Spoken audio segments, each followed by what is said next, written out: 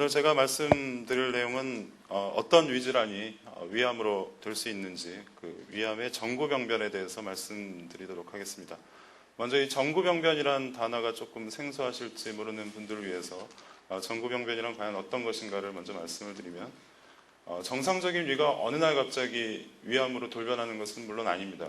그 정상적인 위가 어떠한 단계를 거쳐서 결국에는 위암으로 발전을 하게 되는데 그 단계별로 위암의 바로 전 단계, 그러니까 위암으로 발전할 수 있는 그런 전 단계의 병변들을 위암의 전구병변이라고 이해를 하시면 되겠습니다.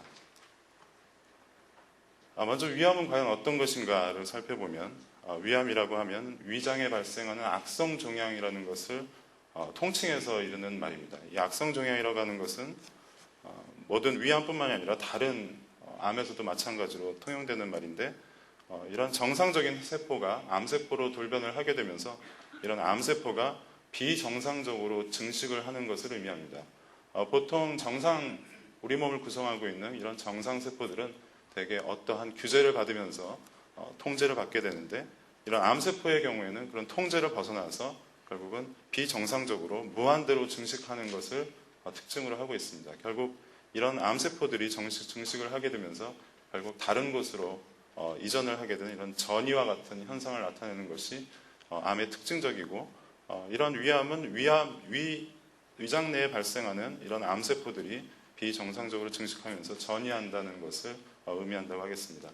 보통 우리가 흔히 위암이라고 한다면은 대개 위벽을 구성하고 있는 세포들이 결국은 암세포가 돼서 발생하는 것을 의미하는데 대개 이러한 것들을 위선암이라고 얘기를 하게 되고 이러한 위선암이 전체 위암의 약 95% 이상을 차지함으로써 보통 우리가 흔히 얘기하는 위암은 다 이 위선암을 의미한다라고 이해하시면 되겠습니다.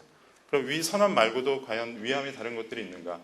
위 내에는 위선암 말고도 다른 종류의 암들이 물론 있습니다. 굉장히 드물지만 대표적으로는 위림프종이라고 해서 대개 림프종이라고 하면은 우리 몸의 림프절이라고 머리끝부터 발끝까지 다 분포를 하고 있습니다. 가장 흔히 여러분들이 알고 계시는 거는 감기 걸렸을 때 이 목 아래쪽에 동글동글하게 만져지시는 것들 그런 것들이 이제 림프절이 되겠는데 이런 림프절에 발생하는 종양이 바로 림프절에 발생하는 종양이 림프종입니다.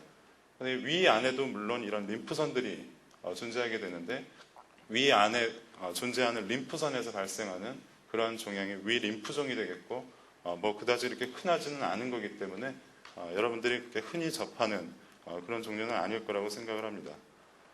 전이성 위암이라고 한다면 다른 부위에 생긴 암이 위내로 전이를 하는 경우가 드물지만 있습니다. 쉽게 예를 들면 유방암을 앓고 계시는 분이 유방암 조직이 위내로 전이를 하는 경우를 아주 드물게 볼 수 있습니다. 이 경우는 위암이라고 하지는 않고 대개 유방암이 위내로 전이를 했다라고 그렇게 표현을 하게 된다고 알 수 있겠습니다. 위암은 특징적으로 조기 위암과 진행성 위암 이렇게 두 가지로 크게 구분을 하고 있는데 조기 위암은 위벽은 대개 5개의 층으로 대개 구별을 하고 있습니다.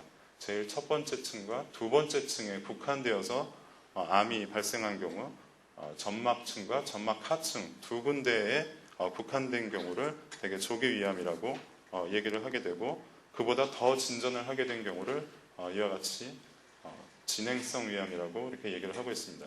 이 두 가지를 나누는 이유는 조기 위암이 진행성 위암에 비해서 예후가 굉장히 좋고 5년 생존율이나 완치율이 굉장히 높기 때문에 임상적으로는 두 가지를 구분해서 이렇게 얘기를 하고 있습니다.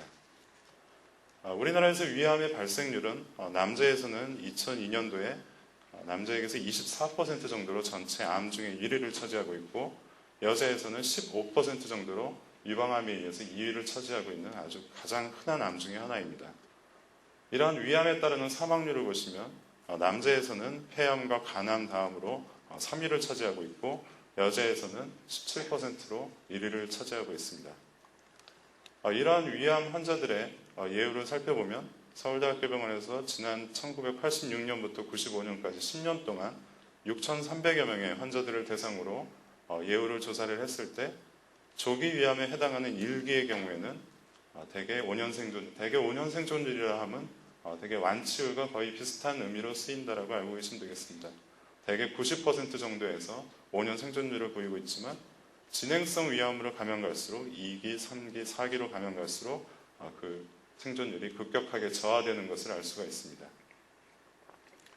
따라서 이런 조기 위암의 경우에 생존율이 굉장히 좋기 때문에 우리가 조기 위암을 먼저 찾아내서 치료를 하는 것이 매우 중요한데, 그럼 전체 위암 중에 조기 위암은 어떠한 비율을 차지하고 있는지를 살펴보았을 때 우리나라에서 1995년도에 약 30%를 차지하고 있었던 것이 1999년도에는 약 35%로 증가를 했습니다. 서울대학교병원 통계를 보면 70년대에는 약 10% 미만이었던 것들이 90년대 후반 이후로 급격하게 증가해서 2002년도에는 약 45.4%가 조기위암이었고, 지금 2006년도 현재에는 조기위암이 진행성 위암보다 더 많은 부분을 차지하고 있어서 앞으로 조기위암의 치료에 따른 성적이 매우 높아질 거라고 이렇게 생각하고 있습니다. 조기위암이 많아지게 되면서 위암의 치료 방법도 조금씩 변하고 있습니다. 과거에는 수술이 가능했던 그런 부분들에 대해서는 대부분 수술적 치료가 완치에 이르는 치료 방법이었지만, 최근에는 조기위암이 많아지면서 조기위암에 대해서 내시경적인 치료가 많이 시행되고 있습니다. 이 그래프는 일본 동경국립암센터의 데이터인데, 이렇게 하얗게 보시는 부분들이 1년 동안 한 병원에서 시행된 수술 건수입니다. 그에 반해서 이렇게 진하게 표시된 것이 내시경으로 제거된 위암의 건수인데, 80년대 후반부터 증가하였던 것이 90년대 후반부터는 한 병원에서 위암의 수술에 있어서 내시경적인 수술과 수술적인 치료가 거의 비슷한 비율로 이루어지고 있어서 우리나라도 아마 조만간 이와 같은 추세를 따를 수 있을 거라고 생각을 하고 있습니다. 이러한 조기위암의 내시경적 치료가 급격하게 증가하는 이유는 우리나라에서도 국가암 검진에 따라서 암 조기 발견이 증가를 하고 있고, 또 한편으로는 내시경 기구가 많은 발전을 해왔습니다. 또 내시경적인 치료 기술이 향상되면서 수술적 치료와 동일한 효과를 얻을 수 있는 그런 내시경적 치료가 최근 많이 활발히 이루어지고 있습니다.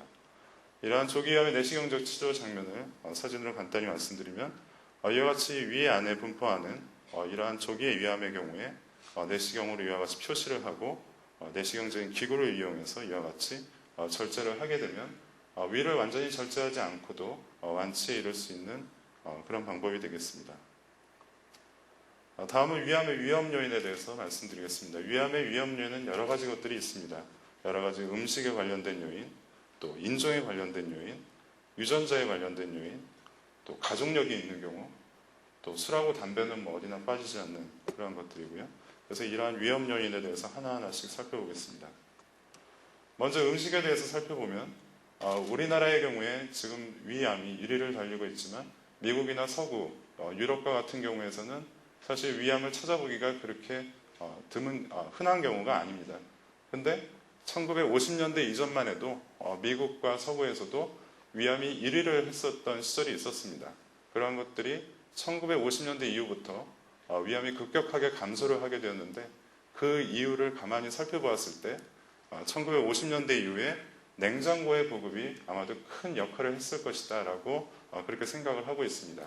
냉장고가 보급되면서 음식의 부패를 막게 되고, 따라서 부패 음식에서 발생하는 여러 가지 발암 물질들을 억제할 수 있었기 때문에 1950년대 이후에는 미국과 서구에서 위암이 급격하게 감소하는 것을 볼 수 있었고, 우리나라 같은 경우에는 대개 이제 냉장고가 보급된 시절이 대개 1970년, 80년 이때 아마 그때라고 생각이 되는데, 그러한 추세를 본다면 우리나라에서도 앞으로 한 20, 30년 후에는 아마 미국과 서구와 같은 그러한 패턴을 담지 않을까 이렇게 생각을 하고 있습니다.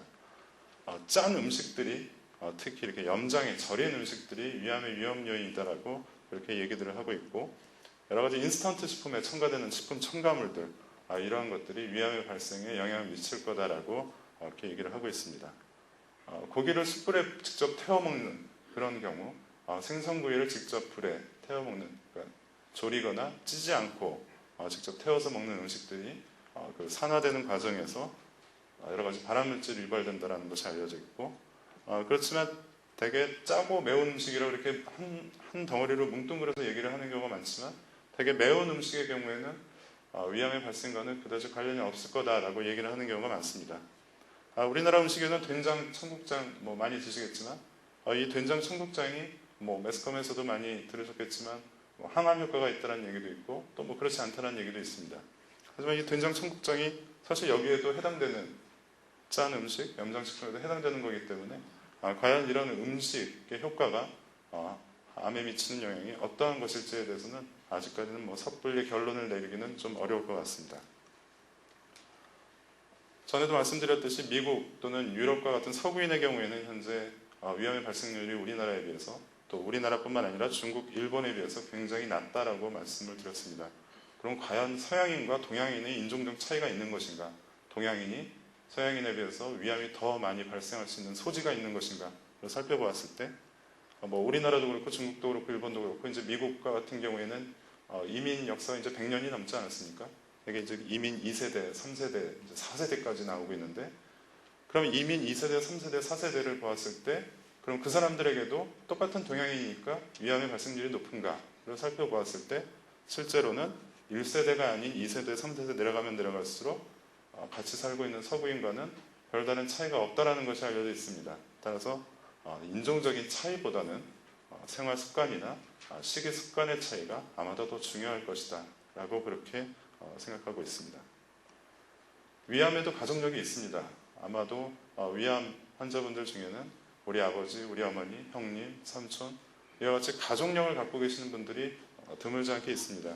전체 위암의 약 10% 정도가 가족력이 있을 거다라고 그렇게 예상이 되고 있고 이러한 가족력이 있는 경우에는 위암의 위험도가 약 3배에서 4배 정도 증가한다는 것이 알려져 있습니다. 만약에 가족력이 있는 경우에 발생하는 경우에는 대개 발생하는 연령이 젊은 연령층 20대, 30대에서 발생하는 경우가 많습니다. 이런 젊은 연령층에서 특히 발생했을 경우에는 특히 또 예후가 불량한 경우가 많아서 치료가 좀 어려운 경우들이 많습니다. 이러한 가족력의 원인에는 유전적인 요인도 있을 수 있겠지만 가족이 같이 생활하다 보니까 공통적인 이런 생활 습관도 아마도 영향을 미치지 않을까 그렇게 예상을 하고 있습니다. 지금까지 말씀드렸던 건 일반적인 내용이고 지금 말씀드리는 것은 이제 위암의 위험 요인 중에서 아주 직접적인 요인에 대해서 말씀드리겠습니다. 헬리코박터 파일로리라고 아마 매스컴이나 신문이나 아마 많이 들어보셨을 겁니다. 헬리코박터 파일로리는 이분은 1984년도에 오스트레일리아 호주의 내과 의사입니다. 베리 마샬이라고 하는 분인데 이분이 1984년도에 위 속에 세균이 살고 있다고 해서 처음으로 보고를 했습니다. 이분은 지금도 우리나라 TV에서 광고에 나오고 있습니다. 뭐 유산균 음료에 나오고 있죠. 그래서 이분이 2005년도 작년도에 이것을 발견한 것을 공로로 해서 노벨 의학상을 받았습니다. 이후에 헬리코박터 파일로리에 대한 여러 가지 연구가 이루어지면서 이 균이 만성위염 또는 소화성 궤양, 그러니까 위궤양, 십이지장 궤양의 직접적인 원인이 된다는 것이 밝혀져 있었고 위암의 발생에도 아마도 직접적 또는 간접적으로 관여한다라고 그렇게 믿어졌기 때문에 1994년도 지금으로부터 12년 전에 이미 세계보건기구에서는 제1군 발암인자로 규정을 했습니다. 이런 헬리코박터 파일로는 세균이기 때문에 이제 감염이 되는 겁니다. 그래서 어떤 식으로 그럼 감염이 되는가? 감염된 인구를 보면은 동양권에서 서양권에 비해서 월등히 높습니다. 우리나라 같은 경우에는 소아인 경우에는 약 20에서 30% 정도 20대가 넘은 성인의 경우에는 약 60에서 70% 그러니까 3명 중에 2명은 헬리코박터 파일로리를 갖고 있다는 말씀입니다. 어떻게 감염이 되는가? 아마도 확실치는 않지만 구강 대 구강, 그러니까 입에서 입으로 전해진다라고 알고 계시면 되겠습니다. 입에서 입으로 전해진다고 해서 또 굉장히 걱정을 많이 하시는 분들이 있는데 그럼 밥같이 먹는 거는 안 되느냐? 우리 남편이 헬리코박터 파일로리에 감염이 되어 있는데 이제부터 남편하고 각방을 써야 되는 거 아니냐? 그렇지 않습니다. 이 구강대 구강대 전파가 그다지 밥 먹는 것 이런 것들로는 절대로 전파가 되지 않습니다. 밥을 한 그릇 놓고 같이 먹지는 않지 않습니까? 되게 밥은 따로 먹지요. 되게 같이 먹어봐야 이제 뭐 찌개나 이런 걸 먹는데 찌개 굉장히 뜨겁지 않습니까? 이 균이 그렇게 강한 균이 아닙니다. 바깥에 나와 있으면 금방 죽습니다. 키우려고 해도 굉장히 어렵습니다. 그래서 일반적인 공동생활에는 별다른 지장을 주지 않습니다. 대개는 소아 또는 청소년기에 감염돼서 일단 감염되면 그렇지만 없어지는 경우는 거의 없습니다. 거의 평생 동안 만성 위염이 지속된다라고 알고 계시면 되겠습니다. 그럼 이런 헬리코박터 파일로리가 윗속에 감염되는 과연 어떤 일이 벌어지는가를 살펴보면 헬리코박터 파일로리가 감염이 되게 되면 대개 여러 가지 형태의 이런 만성 위염의 경과를 겪습니다.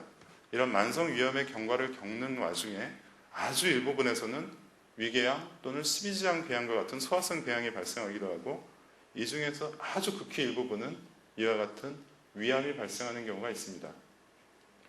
그럼 헬리코박터 파일로리 감염된 사람은 모조리 다 소화성 궤양, 모조리 다 위암에 걸리느냐?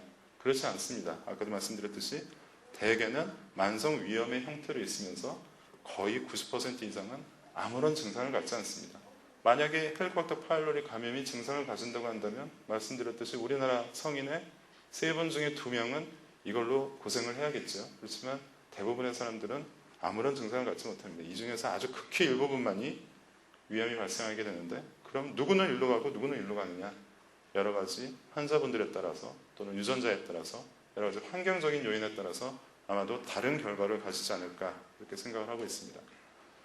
헬리코박터 파일로리 감염이 되게 되면 극히 일부분이지만 위암으로 갈 수도 있다고 말씀드렸죠. 그럼 과연 헬리코박터 파일로리를 없애면 그러면 위암을 예방할 수 있는가? 예방할 수 있는지에 대해서 직접적으로 임상 연구가 진행됐습니다. 2004년도에 중국에서 발표된 내용인데 1630명의 감염된 건강한 환자라고 하기엔 좀 그렇고 건강인을 대상으로 반으로 나누어서 반은 치료를 하고 반은 그냥 내버려 뒀습니다. 7.5년 동안 매년 내시경을 했습니다. 누구에게서 위암이 생기는지. 그랬더니 이 1600명 중에서 18명에서 위암이 발생을 했습니다.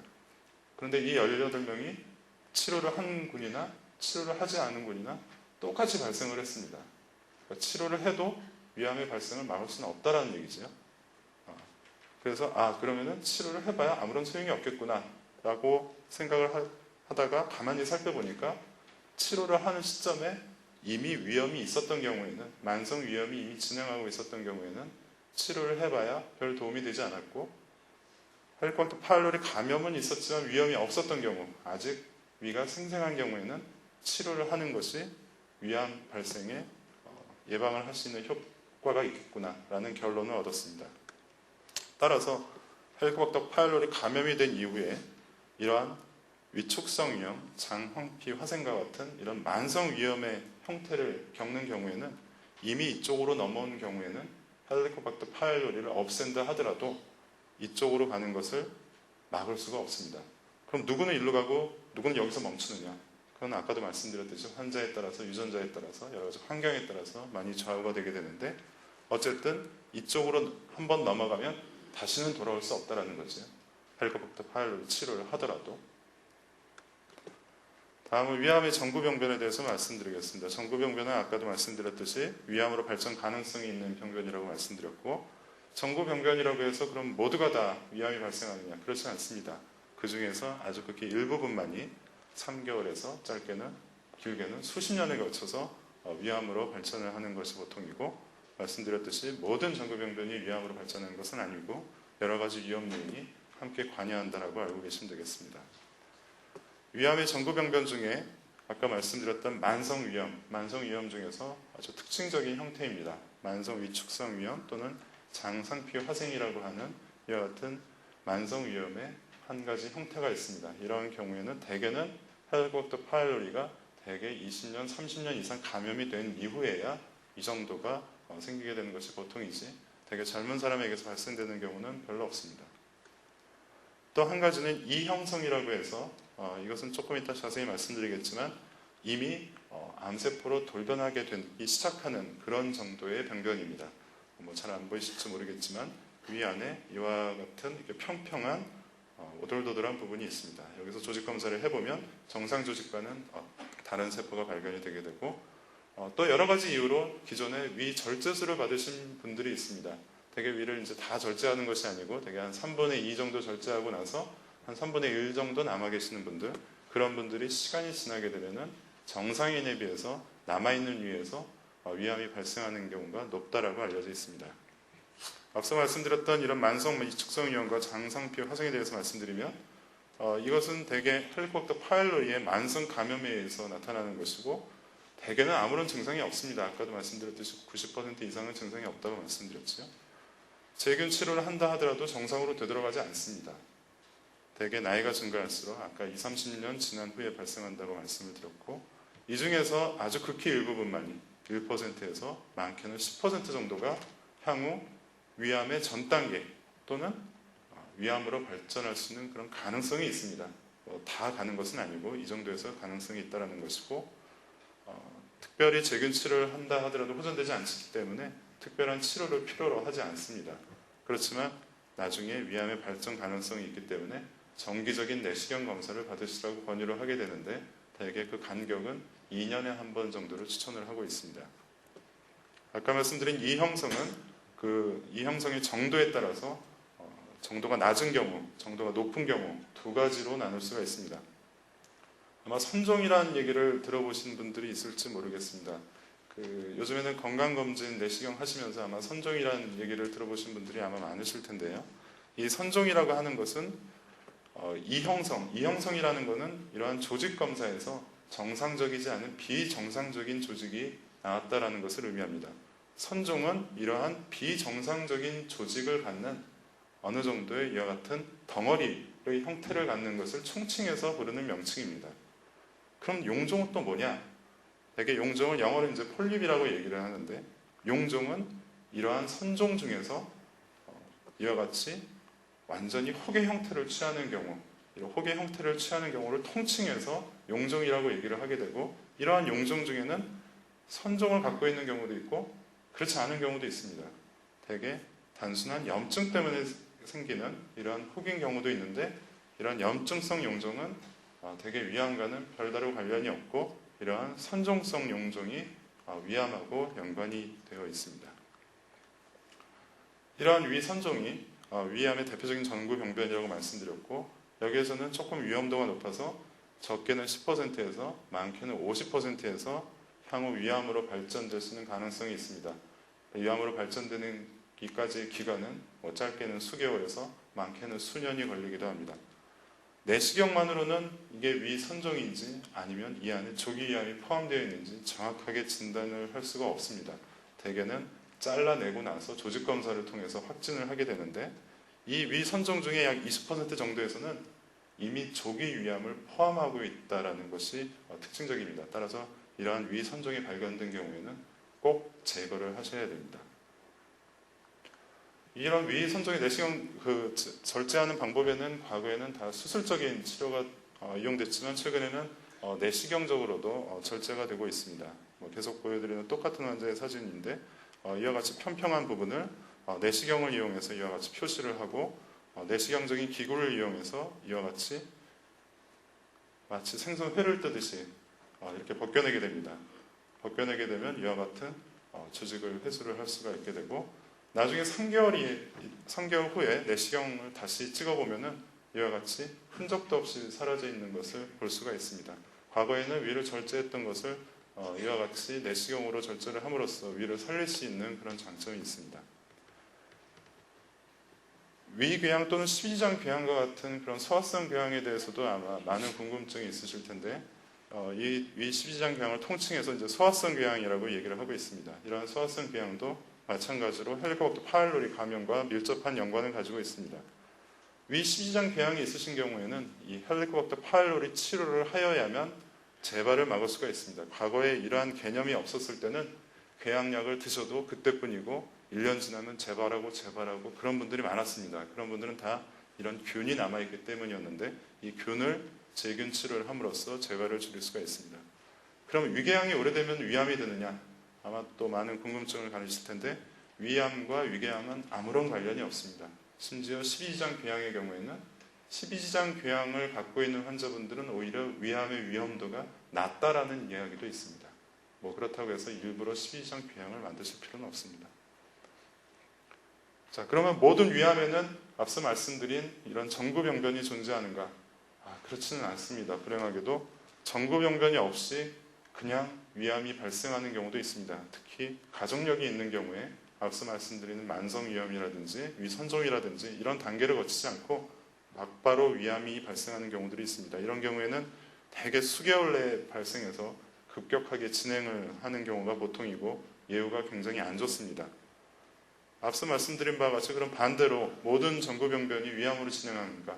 그렇지는 않다라고 말씀을 드렸고, 처음에 말씀드린 그럼 조기위암이 오래되면 진행성 위암이 되는가? 조기위암이 오래되면 진행성 위암은 대부분 그대로 뒀을 경우에는 발생한다라고 그렇게 대개는 알고 있습니다만, 그럼 진행성 위암이 조기 위암의 단계를 거치느냐? 꼭 그렇지는 않다라고 그렇게 생각을 하고 있습니다. 그래서 두 가지가 서로 조금 다른 경과를 보이지 않느냐라는 것이 지금까지의 내용입니다. 그럼 이와 같은 위암의 정구 병변은 어떻게 우리가 확인할 수 있을까를 생각해 보면, 40세 이상 우리나라 성인의 경우에는 2년에 한 번씩 위내시경 또는 방사선과에서 나는 위장 조형 검사를 우리나라에서 국가암 검진 사업으로 현재 진행을 하고 있습니다. 따라서 위내시경 검사를 받아보시는 경우에는 정구병변이 있는지 없는지를 정확하게 알 수가 있습니다. 그럼 이 같은 위암의 조기 진단이 얼마만큼 이루어지는가? 서울대학교병원에서 운영하고 있는 강남 헬스케어 시스템에서 지난 2003년부터 2004년까지 1년 동안 검진을 받으신 약 만여 명의 환자를 대상으로 했을 때 24명의 환자분에서 위암이 발생이 되었고, 이 위암 중에서 70%가 조기 위암이었습니다. 따라서 건강검진 받으신 분들의 많은 부분들이 조기 위암으로 진단을 받으셨고, 이분들은 아까도 말씀드렸듯이 완치율이 90% 이상이기 때문에 굉장히 좋은 결과를 보이실 거라고 그렇게 생각을 하고 있습니다. 건강검진에서 이상 소견이 발견되어서 병원에 오시는 분들이 굉장히 많습니다. 이런 경우에 그럼 어떻게 해야 되는가? 헬리코박터 파일로리 감염이 있다고 해야 하는데 이걸 어떻게 할 것인가? 말씀드렸듯이 3분 중에 2분은 갖고 있기 때문에 이거 하나만으로는 그다지 걱정 안 하셔도 됩니다. 위축성 위암, 장상피화생, 이거 오래되면 위암이 된다는데 이거 어떻게 해야 되지 않겠느냐? 헬리코박터 파일로리 감염 치료를 하더라도 없어지진 않습니다. 하지만 위험 요인은 갖고 있기 때문에 정기적으로 검사는 해보셔야 됩니다. 말씀드렸듯이 선종 또는 이형성증이 있는 경우에는 반드시 제거를 하셔야 된다고 말씀을 드렸고, 용종, 폴립, 아까 혹과 같은 형태인 경우에는 선종을 갖고 있는 경우에는 치료를 하셔야 되지만, 염증 또는 과형성이라고 해서 염증이 오래돼서 발생하는 그런 일종의, 제가 환자분들한테는 그냥 뽀드락지라고 표현을 해드리는데, 이러한 경우에는 별로 신경 안 쓰셔도 됩니다. 소화성 궤양인 경우에는 헬리코박터 파일로리가 있는 경우에는 제균 치료를 하셔야 되고, 궤양에 대한 치료를 하시면 되겠습니다. 이상을 요약해서 말씀드리면, 헬리코박터 파일로리 감염이 되게 된 경우에 만성 위염이 거의 대부분 발생을 하게 되고, 이 중에서 아주 일부분에서는 소화성 궤양을 가지시는 분들이 있습니다. 이런 만성 위염이 오래되게 되면 만성 위축성 위염이나 장상피 화생과 같은 만성 위염의 형태를 취하게 되고, 대개는 2단계에서 멈추는 경우가 대부분입니다. 이 중에서 아주 극히 일부분이 위선종 또는 위형성증과 같은 전 단계를 거치게 되고, 이 중에서 일부분이 위암으로 발전을 하게 됩니다. 경우에 따라서는 여기에서 위선종의 형태를 거치지 않고 곧바로 위암으로 발생하는 경우도 있고, 아까도 말씀드렸듯이 가족력과 같은 다른 위험 요인이 있는 경우에는 이런 단계를 거치지 않고 막바로 위암에 이르는 그런 경우들이 있습니다. 시간이 많지는 않은데요. 제가 나중에 질문을 못 받을 것 같아서 제가 혹시 자주 하시는 질문들에 대해서 간단히 말씀드리겠습니다. 헬리코박터 파일로리가 있다는데 치료해야 됩니까? 치료할 필요 없다라고 아까 말씀드렸죠. 다 갖고 너도 있고 나도 있는데 이거 치료해서 뭐 하겠습니까? 어차피 돈만 드는데. 위암의 원인균이라는데 있는지 없는지 검사를 해봐야 될까요? 치료할 필요도 없는데 검사할 필요가 있겠습니까? 괜히 알아봐야 마음만 아프죠. 그냥 갖고 계셔도 사시는데 별 문제 없습니다. 만성 위염이 있고 헬리코박터 파일로리가 있다는데 그럼 이때는 치료해야 됩니까? 치료해도 만성 위염은 안 없어진다고 말씀드렸죠. 그렇지만 정기적으로 내시경 검사는 받아보시는 게 좋겠습니다. 속이 쓰리면서 헬리코박터 파일로리가 있다라는데 그러면 이거 치료를 하면 속 쓰린 게 좋아지지 않을까요? 속 쓰린 거와 헬리코박터 파일로리는 별로 상관이 없습니다. 이런 분들을 대상으로 제균 치료 다 해봤더니 제균 치료하는 데 따른 부작용만 들고 속 쓰림은 없어지지 않는 경우가 대부분입니다. 그래서 외래 이런 분들이 굉장히 많이 오시는데요. 헬리코박터 파일로리 제균 치료했는데 왜 나는 왜 평생 속이 쓰리냐? 원인이 이게 아니기 때문입니다. 원인은 다른 곳에 있기 때문이죠. 가족력이 있는데 그러면은 치료를 하면 위암을 예방할 수 있습니까? 가족력이 있는 경우에는 헬리코박터 파일로리가 원인이 아닌 경우가 많습니다. 따라서 이거 치료한다 하더라도 가족력은 남아있기 때문에 위암을 예방하는 데는 효과가 없습니다. 용종이 있다는데 그럼 떼내야 됩니까? 용종 중에서 선종성 용종은 떼내야 된다고 말씀드렸습니다. 그렇지만 용종이 다 이것은 아니고 그 중에 대부분은 염증성 용종인 경우가 많기 때문에 굳이 떼내시지 않으셔도 됩니다. 조직검사에서 선종인 경우에는 그렇지만 반드시 제거를 하셔야 됩니다. 어떻게 약으로 안 되겠습니까? 약으로는 안 됩니다. 떼내셔야 됩니다. 감사합니다.